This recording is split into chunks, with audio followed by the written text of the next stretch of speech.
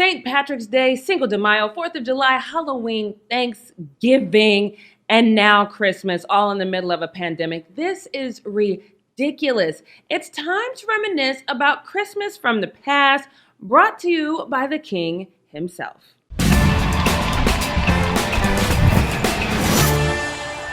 It's beginning to look a lot like Christmas, guys. No, it's not.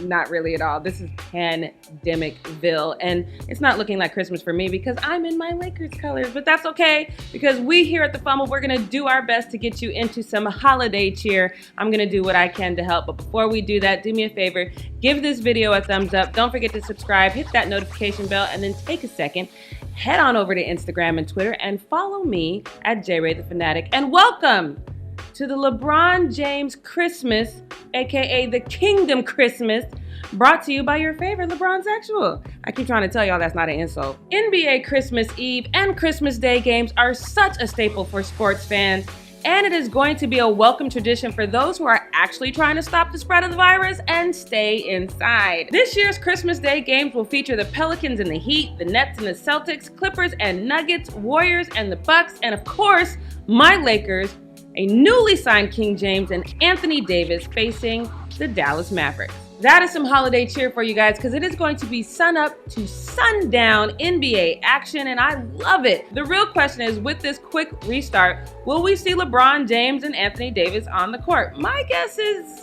maybe. But if we do, I don't expect the normal minutes we are used to. But that will be the second game of the regular season, and since we are playing just 72 games, I would say seeing Lakers star power on the floor full speed is a solid probably not. But as the Lakers and the rest of the league slowly work up to full swing, let's all hail King of Christmas. Past, that is. First up, Christmas from 2003. This was LeBron's first ever NBA Christmas experience, and it came on Christmas Eve. A pretty big stage after being drafted first overall to the Cleveland Cavaliers. LeBron James was just 18 years old, fresh out of high school, 6 days away from his 19th birthday, and he was going up against the scoring power of Tracy McGrady, who seemed to get dunk after dunk after dunk. And McGrady was playing LeBron ever so close, but that did not stop LeBron from getting a fadeaway three that caused McGrady to smile.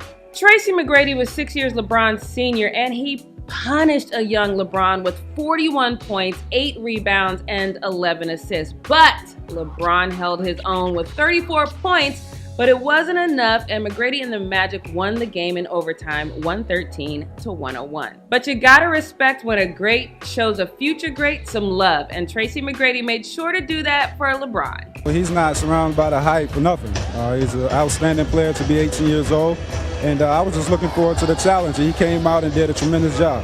Good times, but the crazy thing is, in that game, LeBron actually played against the man who would be his future head coach. Ty Lue took part in handing LeBron his first Christmas Day defeat by scoring 11 points in the Magic's victory. All right, so let's skip ahead a few years to 2009 when LeBron and the Cavs are facing the late great Mamba, aka Kobe Bryant, and the Lakers. This one is a fun one, not only because of Kobe Bryant and the LeBron matchup, but because some of you always seem to overlook 53 games that happened when Shaquille O'Neal was closing out his career and played one season with the Cavs. Now, the beef between Shaq and Kobe had died down a few years prior, but I still wanted to see Shaq come out with a win over Kobe Bryant for King James. So don't judge me, I was still beefing with Kobe at the time. The beef was over for them, but it wasn't over for me quite yet, especially being the LeBron James fan that I am. I needed that win. And this game was not just about scoring. The Cavs stayed physical the entire game. Kobe played 45 minutes and scored 35 points and had 10 rebounds and 8 assists. LeBron played almost 41 points and he had 26 points, 9 rebounds, and 4 assists. He couldn't get the best of the great Kobe Bryant that night, but it didn't matter because this is a team sport.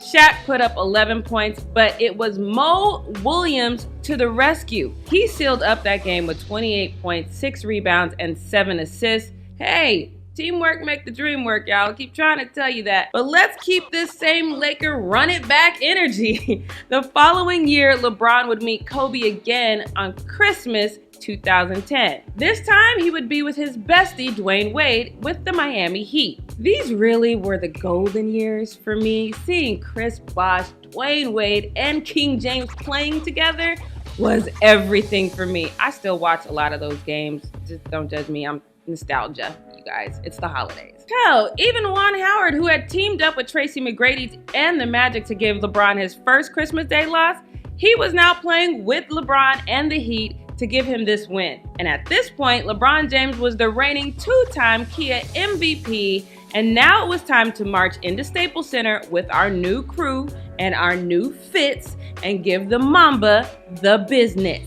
Chris Bosh had 24 points, Dwayne Wade had 18, and King James put up a holiday triple-double with 27 points, 11 rebounds, and 10 assists. He and Kobe had a few heated exchanges that never escalated too far, but it was must-see TV. Next up is LeBron James facing the Thunder Twins, as I loved to call them back in the day. This was the time when the OKC Thunder relied heavily on fast-paced hero ball thanks to Kevin Durant and Russell Westbrook. Kevin Durant and Russell Westbrook were in double digits as expected, but they did have some help from a fumble favorite, Serge Ibaka, who had 15 points. But all that hero ball that we're used to didn't work this time. Both KD and Westbrook missed potential game-tying three-pointers in the final 15 seconds. As for James, he racked up his sixth straight win on Christmas with 29 points, 8 rebounds, 9 assists, and some smack talking to KD that I still appreciate. Now let's jump to Christmas Day game I was ready for, when the Cavs take center stage in Miami to play the Heat. And this time, LeBron James is back in Cleveland, burgundy and gold with the Cavs. But let's not forget that LeBron tried to be the number 2 in Miami, but Dwayne Wade was not having it. He said, nope, you're the number 1. That's what I want you to be. That's what he encouraged him to be. And look how that worked out. It was a great relationship.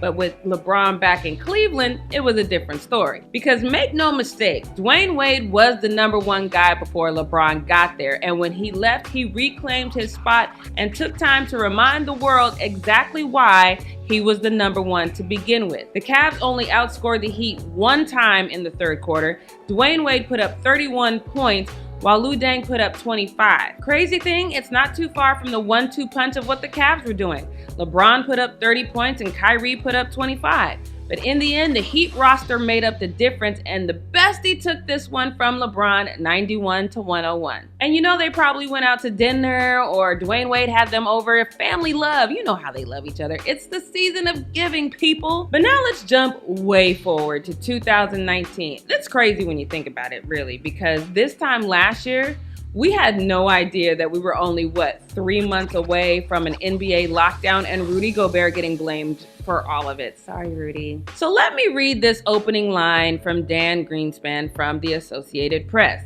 He says, and I quote, "The Los Angeles Clippers were resilient and dominant in the second half to put away the Los Angeles Lakers, using the NBA's marquee Christmas game to show why the city and the Western Conference might belong to them this season." Yes, the Clippers did beat us on that Christmas Day, but you know, congratulations for winning that one time, you know. Moral of the story, kids, is get your playoff game up. Clippers played the short game. They lost the battle. Well, technically, they didn't even get to participate in the battle because Denver knocked them off. But again, I digress. Kawhi Leonard was probably late to the game because he had to make the trip from San Diego, but that special treatment paid off because Leonard set a franchise record for points on Christmas, and he became the 10th player in NBA history with at least 35 points, 10 rebounds, and 5 assists on December 25th. The game did show us a glimmer of hope that Kyle Kuzma could be exactly what LeBron said he could be, and he could step up and be the third best player on the team. He had 25 points in 27 minutes. AD had 24 points and LeBron had 23. But in the end, the Clippers did win that game 111-106. Congratulations on your Christmas Day victory. Meanwhile, let's see you pull out the win against your arch nemesis, the Denver Nuggets, this year on Christmas Day. Good luck. As for King James and Anthony, 5-year, $190 million Davis, the 6th man of the year, the 6th man runner-up of the year, and the rest of the Lakers, We face baby GOAT Luka Doncic and the Dallas Mavericks. This one should really be a fun one, but I'm still going with my Lakers. Luka, you know I love you. You still my guy. You still my baby GOAT. Don't forget that. You always gonna be that for me. But I'm rocking with my Lakers. But Fumble fam, I got 2 questions for you.